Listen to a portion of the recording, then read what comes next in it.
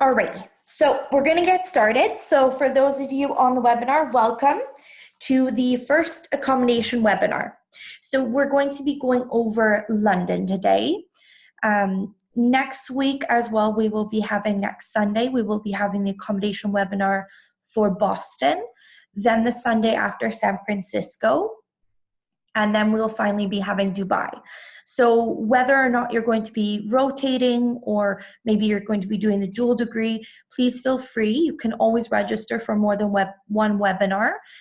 They are going to be recorded as well. So after we finish the webinar, we will be sending it out to everyone so that you can click on the links and go over anything that maybe we might have rushed over or if you wanted to see again. Okay? So what we're going to be covering today is really going through the boroughs and the different neighborhoods and where to look, okay? Now, this is very important because London and the UK is quite big. There are a lot of different neighborhoods you can live in, and the price does differ depending where you look. Now, we will also cover private rentals, just some general advice, how to secure it, what documents are needed, as well as flat share. So if you don't want to fully rent a flat on your own or with roommates, you can always look on these websites and you can just join one or two other people in a flat. So you don't really have to go through the hassle of finding a flat yourself. Now, we'll also cover the student accommodation. All of these are kind of popular. Now, with the student accommodation, just a note, if you are going to be looking into this, you will need to look within the next few weeks to a month, because the student accommodation is always the one that will fill up first, because there's university students, there's postgraduate students as well that will be coming to London. Okay, now for the private rentals and the flat share, most likely you will not be starting this until about mid to end of July, because that's when the flats will come available for when you'll be actually renting them in August or beginning of September, whenever you're planning to go to London. Okay, now throughout this webinar, I'm going to cover all these sections. If you have any questions, please feel free to pop them in the chat box.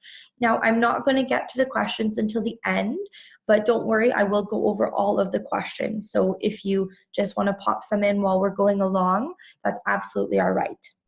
Okay? All right. So the main thing is we're going to cover first is where to start. Okay? So you need to start thinking about this. If parents are involved, you need to speak to parents, or if a sponsor is involved, you need to figure out what is your budget. What is your weekly budget? Because this is how they go by it in London, as well as your monthly and yearly. If you're going to rotate, what type of contract are you going to be looking at? Are you going to be doing it monthly, for the year? How many bedrooms? Did you want to live alone? Did you want to share? Are you looking to kind of commute? Some people are comfortable with commuting. Others want to be right close to Hult. So you need to be thinking if you're going to be near a tube station or a bus stop. Is the outdoors important? Do you want to be near a park or near a river? Are you going to be rotating? These are all questions that you really need to start thinking. Hopefully some of you have already started to look at London and the neighborhoods, and you've already started to think about this kind of criteria, but it's very important because obviously accommodation is a huge factor, especially if you're going to be there the whole year or even if you're going to rotate. Okay. So let's start with the budget. So this is just an average. Now it can go a little less than this. It can go a little higher. It is really dependent on your budget and your needs, as well as because in London, how it's situated, the closer you are to central London, the more expensive it is. So if you don't mind commuting 30, 40 minutes, it is going to be a lot cheaper. So just for the average housing and utilities, it will be £13,000 for the year. Okay, now I've broken this down into now sharing apartments with a roommate. This can range anywhere from £700 to £1,500 per month. And then below that, you'll just see the £175 to £375 per week. because usually if you're looking on the websites or even student accommodation, they will go by weekly in the UK. Okay. Now, this is what for the sharing apartment. So this is kind of being in the apartment with a roommate itself. And again, if you're looking for a 2-bedroom, that's different. If you're looking for a 1-bedroom and sharing that 1-bedroom with a roommate. So it's just up to your preferences. Now, living alone, so having a 1-bedroom to yourself, you are looking at a jump there from about 1,200 to 3,000 pounds per month, which comes out to about 300 to 750 pounds per week.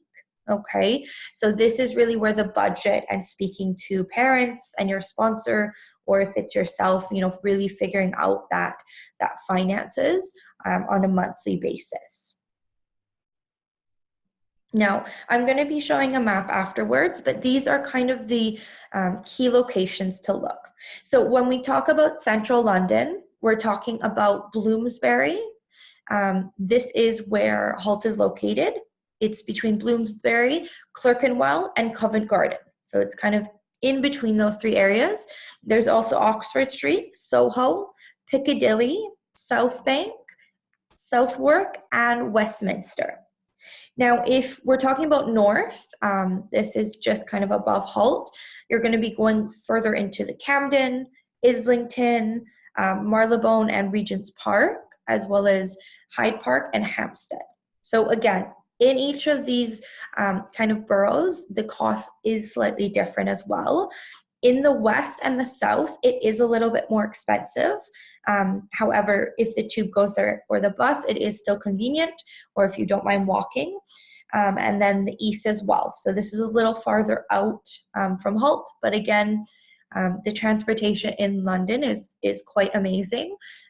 So the tube, which is the metro or the train, as well as the bus, is very convenient. So it's just, again, really up to the budget on where you're going to look and the prices there. So if you see here, these are the London boroughs. So if you see in the middle there, that's the City of London. So anywhere in there is anywhere from 10 to 25 minutes, give or take where you are in the west or the north end. If you range kind of outside to Islington, Camden, Westminster, kind of down to Southwark, you're looking at 25 plus minutes on a tube or a bus. And again, if you're more comfortable with commuting, that shouldn't be a problem. But if, you might like to wake up late and get to class and, you don't want that commute, I'd recommend looking at more the central London. So this is the London inner city. So as you see here, I'll show you on the next map, but if you see there, Covent Garden and Holborn, this is where Hult is. So Hult is actually in Holborn itself.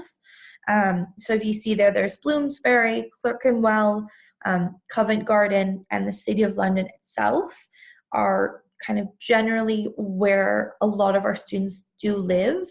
However, if you can definitely go out to Islington, you can go out to St. John's Wood, Hyde Park, Westminster. But again, when you start getting down to kind of the South, Chelsea and Kensington and Notting Hill, it is going to be a little more expensive in terms of the budget. So for those of you that don't know about the tube, so like I said, it is the metro. It goes to generally most of central London. I put a little red circle there. That is the tube stop that you would get off for Hult. So anywhere, if you don't want to kind of switch tubes or the tube lines, anywhere along the red or the blue does go directly to the tube station that you're going to get off at Hult. However, the light blue as well and, all the other tube stops, they are quite convenient to switch. Like I said, it just depends how comfortable and how long you want to kind of have that effort for the commuting. So this is just the London Underground rent map. So this kind of shows you the cost for the month for 1-bedroom along each line. So like I said, when we send this to you after it's recorded, you can look over this further in depth if you would like. But along Basically the blue line, if you see there, if you go further up north towards Islington, it does, obviously get cheaper in price because you are going outside of central London quite a bit. However, it's still on the same tube map, so it's still convenient. Okay, so for private renting, so I'll just go over the pros and cons. And a lot of our students do like the private renting option. Some, if they're coming international, want that student accommodation, that security. But the private renting, you are going to feel more at home, more comfortable. It is your private space. So if you're the type of person that when you study, you really need that quiet time, this might be something to look at. Now, you might be also be able to find more kind of specific and appropriate prices for your budget. So if your budget might be a little less, you can look at the renting out or flat sharing kind of more outside of central London, and this might be able to suit your budget better. And of course, the size of the rooms and the furnishings. So with the size of the rooms in a student accommodation, they're generally not as big as if you would get your own bedroom or a flat or a studio even. So this is something to think about. And you are going to have your own kitchen and living space. So for some people, this is quite important. Okay. Now, in terms of the cons, so usually for the UK, you have to sign a 12-month tenancy agreement. So if you are going to be rotating, maybe think of the student accommodation. Now, you can always, when other students are rotating, if let's say you want to rent a private flat and you do sign a 12-month contract, you can sublet to someone else in the city, or even if you can arrange, let's say you're going to San Francisco and someone from San Francisco is going to London, from Hult, you can arrange for them to take over your flat. It just might be a little bit more effort, but it's definitely manageable that students have done. Just keep that in mind. Now, some rental agencies or some kind of landlords might require a UK guarantor. If you don't have a UK guarantor, so someone in the UK that can sign on your behalf, you might have to pay 6 months in advance. So this is also something, if the funds are readily available, it might not be an issue. If you're on more of a tight budget, this could be something to stumble over. So maybe flat sharing might be the option, but just keep that in mind when you are looking. Make sure to ask if they do need a UK guarantor. All right. Now, in terms of the rent, it is usually exclusive of TV license, internet, electricity, water, and bills. So you will be paying those separately. So that will add, a slight cost to your flat per month.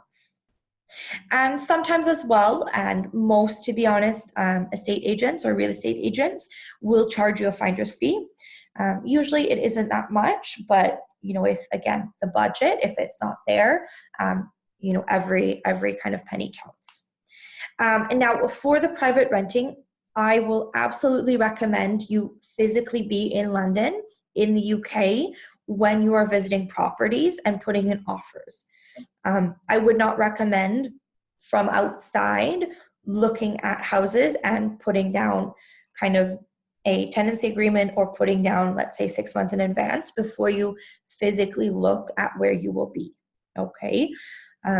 This is just more, we don't want you to get to your apartment and it's very far in a bad neighborhood or you don't like it. So definitely I would recommend the earliest that you can go to London, do that, give 1, 2, 3 weeks, depending how long you take, or what your budget is, or how picky you are, or what you're looking for. It is time consuming. So give that time if you're going to be looking at private renting or flats. Okay. Now, for the requirements for renting, it will vary depending which real estate agent or depending which company you choose, or even if you're renting from a private landlord. But you should have at least the following 4 documents ready. So the Hult acceptance letter or the proof of study, bank statements. So this can be from parents or it can be from your own accounts, and enough funds to pay a few months rent up front. So this is if you don't have a UK guarantor, or even some landlords will request paying the first and the last, or the first two, or first three. So just prepare for that to have it. Now, in terms of also proof of identity, so generally this is a passport. So all of you will have that, but just make sure, you know, it is available and you're ready to give that out to the agents. Now, in terms of the estate agents or the real estate agents, make sure that if you are going to go through an estate agent, that they are a member of one of the following bodies. So it can be the ARLA, which is the Association of Residential Letting Agents, the NALS, which is the National Approved Letting Scheme, or the National Association of Estate Agents. Okay, so below I put down Foxtons, Humberts, Savills, William James Estates, London Residential, Winkworth. I do have some links on the next few pages, but in terms of looking at the companies, if you're not looking at a company that I've sent a link to, just make sure that they are approved by one of the members. Okay, so these are, like I said, I'm going to be sending this presentation afterwards. These are kind of the top 4 that our students have used in the past. There are other ones. I'm not saying the other ones are not good. This is just for a few of links to get you started. Okay, so this is Winkleworth, Remax, Foxtons, and Savills. So you can go ahead and click on the links once we send it over, and you can just put in which borough, which neighborhood, your budget. If you're looking for a studio, 1 bedroom, you know, your preferences, you can all kind of filter there. Now, there is also search engines, so you can look at My London Home, Rightmove, Prime Location, Gumtree, and Ready Property. Now, be a little more careful on these search engines because they are not vetted real estate agents. However, you know, they are still great resources to find a flat. Now, once you've found a property or a flat that you like and you've spoken to your landlord or the real estate agent, they may ask for a holding fee or a deposit. So this basically just prevents them to show it to anyone else for depending what time you've agreed on, to give you time to get your documents, also to give you time to, if you don't have a UK guarantor, send the money for the 6 months, or to get that UK guarantor if you do have one. Now, this landlord must put your deposit in a government-backed tenancy deposit scheme, a TDP. So it basically just protects all renters. So not just Hult students, but also just their deposits. Okay, so just make sure once you give that deposit, you get a copy of the tenancy deposit scheme certificate and keep it so that when you do actually sign the contract or you are actually going ahead and sending the funds, you have this, okay? So I've sent a link for the TDP so that you can read all the details and, you know, keep it safe before you go into a tenancy agreement. But just be sure this is something that every landlord needs to do. If they don't, it's a red flag. So just watch out for that.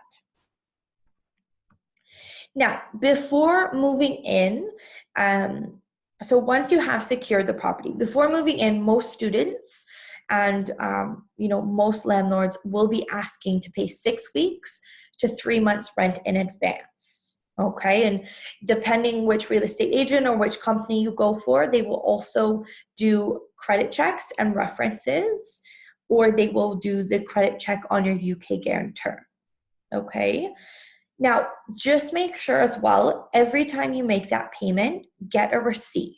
Okay, and if you're paying to a real estate agent or a company, get the person or whoever you have paid it forward to, just so that you have all those details. I'm sure, you know, all of you have thought of this, but just make, you know, in kind of the timing of things, sometimes a receipt could be forgotten. So just make sure you go through step by step, okay?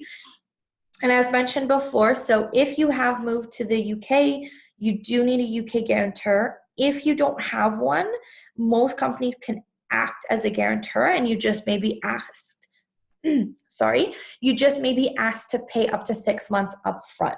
So this is really common for most international students, okay?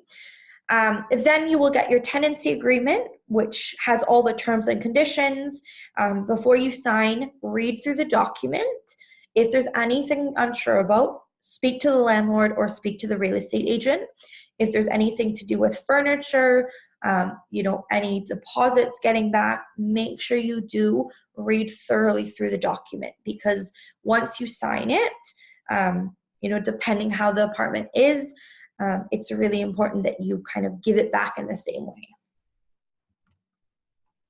Okay, so in terms of kind of just some general advice, especially if you are going to be rotating. So if you plan to rotate, or there's even an option in your mind that you might want to, ask for a break clause. So this basically has a 6 months break clause. So once you have been in the flat for 6 months, you can break it and there will be no penalties. Some companies don't want to give this break clause because it will ensure that you will be there for 12 months. But this is where the timing and having that extra kind of time to look over properties and look through companies and speak to the real estate agents or landlords comes in, because I think the break clause is very important, since Hult is quite heavily focused on rotation. Just make sure you do inquire about this. Now, also take pictures of the rooms and the furniture for reference. If there's a damage, take a picture and let your real estate agent or the landlord know, because when you do move out, if you haven't spoken to them about something that's damaged, you will be liable when you are actually going to be ending your tenancy agreement. Another just general advice is take your own current gas and electricity meter reading as soon as you move in and out, because then you are just avoiding paying a gas or electricity for, let's say, the last month of the last tenant or the next month. So just make sure you do take those down. Just note it down in a book or a folder. For the central London especially, ask the location of the rubbish bins and when they get collected, because there are specific days you need to bring down your recycling or your trash or rubbish on those specific days. Now, if the utility bills are not included, which in general is most likely a rule, it will be excluded, you have to contact your water and energy providers yourself to set up a new account. So once you get that tenancy, you have the keys, you're all moved in, make sure you go and get that water and energy providers all set up. Now, for scams, in general, if obviously there is the saying, if something sounds too good to be true, it probably is. We're not going over this to scare you, but just really so you think about it when you are in the kind of viewing process and you are looking at all these different companies or different apartments, especially if it's not from a real estate agent, it's from a search engine. Occasionally a property advertised doesn't exist, or it's not belonging to the person placing the ad. Like I said, I don't want to scare you. A majority of the search engines and adverts are real, but just kind of these are some tips so that you don't get scammed. We don't want that to happen. So if there is weak contact details, so if they only have a mobile number, or they only want to contact you, they don't want you to call, this should set up a red flag. Lots of email or phone communications. In terms of the fake landlord, so really building your trust by kind of sending lots of emails or selling you the property. In London, it's very hard to get apartments, especially for students, in terms of late August. So if they're really coming after you, just beware. Again, someone might be a lovely landlord and just really wants to keep in touch. Just be aware. Now, what I definitely would recommend, excuse me, is Googling the landlord, the real estate agent, and the property on Google Maps. Everything can be found online. Just look in, see if there's any reviews, see which, kind of apartments or flats they have sold in the past. Just do some research on that. It's right there on Google, so it's readily available for you. Now, the biggest red flag that I would definitely not, recommend going forward with would be no viewings allowed. This is the biggest way they succeed in taking money from people before showing them the property. So like I said, make sure you're in London and make sure you see the property, because all landlords and real estate agents will allow you to view the property. They have to. You have to go and view it. So this is something that you should definitely stay away from, may I say. Now, when dealing with private landlords, like I said, Google them, maybe get their driver's license, just to make sure that they have an address, just to make sure that, this property is their property itself. But don't be deterred. This is just for you to think about. This is just to kind of keep an eye out, because we don't want that to happen to you. Now, if for some reason you are having any issues with your flat, now, if you're going through an agency, contact them immediately, get advice. Now, you can also contact the government, DirectGov.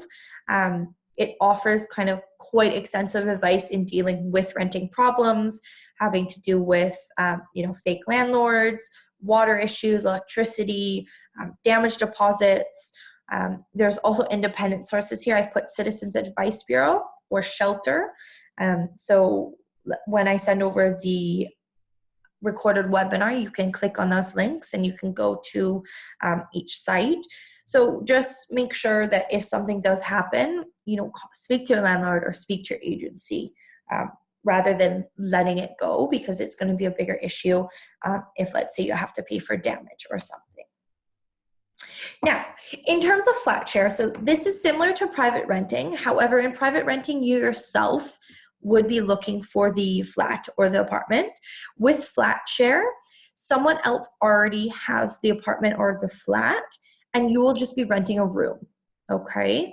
So a huge pro is, it's sharing costs.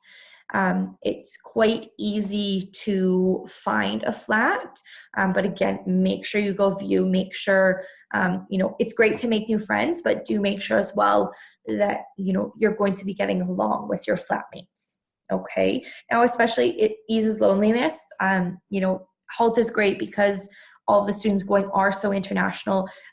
Making new friends is quite easily, but still, if you want friends outside of Hult, FlatShare is a great way. Now, there are some cons. You might have some messy flatmates, division of chores, who's going to clean, take out rubbish. Maybe you are very clean, or maybe you don't mind having a little bit of clothes around the house. This is something that you will share your living space, and you might have unwanted guests. So keep this in mind as well. If you're more of a private person, or like I said, you need quiet time, just make sure you do know who's going to be in your flat and you meet them.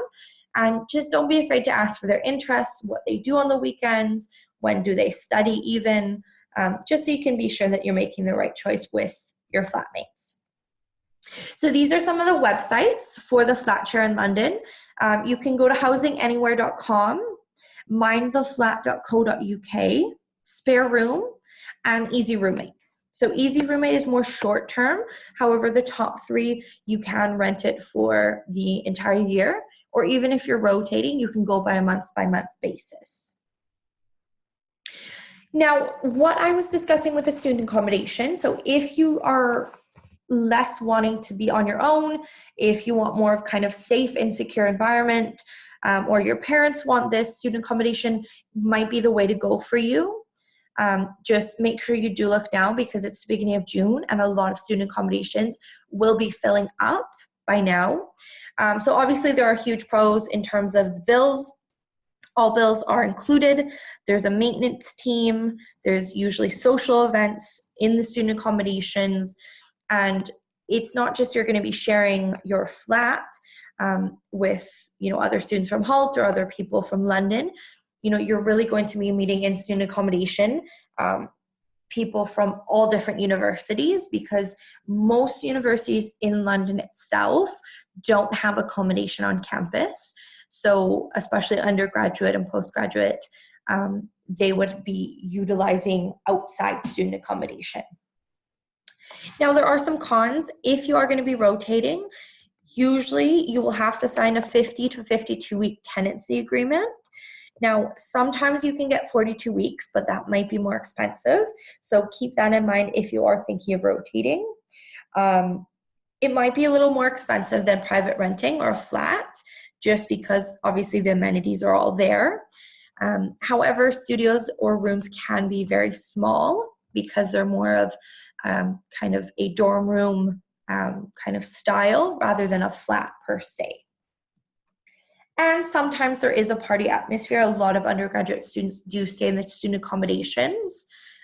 So if the party atmosphere isn't your scene, maybe looking for the private renting of flats or flat share with roommates who have similar interests. Now, these are just an example. There are plenty of student accommodations in London. These are just an example of what our students have stayed in the past. So there's the Londonist, there's Pure Student Living, Grad Pad, Smart Student Accommodation, Chapter, Spring Muse, Urban Nest, Liberty Living, my apologies, and IQ. So these are more the accommodations that are the closest to Hult. So I kind of arranged them so you can look at them. But if you do Google student accommodation in London, there are quite a few.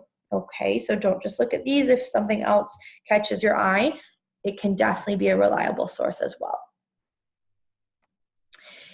So that's all from my end. Did you guys have any questions that you wanted to go over?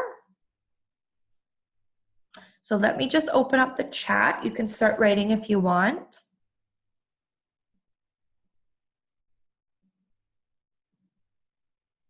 So Hult does not have its own student accommodation for the postgraduate campus. They do have a accommodation that's right beside the undergraduate campus in East London. It's called Liberty Living. You can stay there, but it is going to be a little bit farther away from the postgraduate campus itself.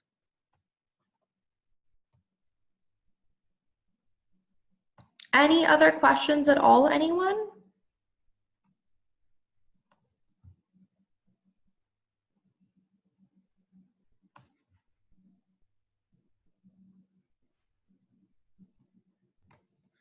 So for the transportation, it can get expensive if you're going to be doing a daily pass on the tube or on the bus.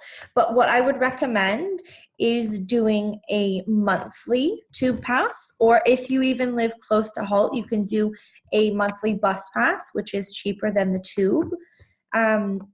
It can range for transportation anywhere from kind of £50 to £100 for the month. Now, this is, like I said, depending on the bus or the tube. So if you are going to be living closer, honestly, the bus is a lot more convenient, or even walking. Most places, if you're going to be within the radius of 15 to 20 minutes, is a lovely walk in London. So in order to apply to stay on campus, so with the accommodation, it's not Hult's accommodation. It's called Liberty Living, and we have an agreement with them for our undergraduate students. So that was one of the links there. If I go back, when I send it out, you can click on Liberty Living, and what you'll do is you can just go to their link, you can book a room, and usually they will just request you to pay a deposit. The student accommodation is easier to find, and you can do that from abroad because all the pictures are there. And in general, it looks exactly like in the pictures for the student accommodations. Okay, for the flats, definitely you're going to want to look in person, but student accommodation is easier to secure from abroad.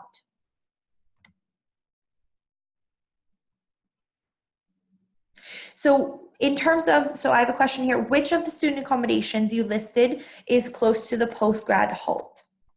So I'll just go back here. So if you see here, Urban Nest, IQ, and Pure are close to the Hult postgraduate campus. So you can look at those.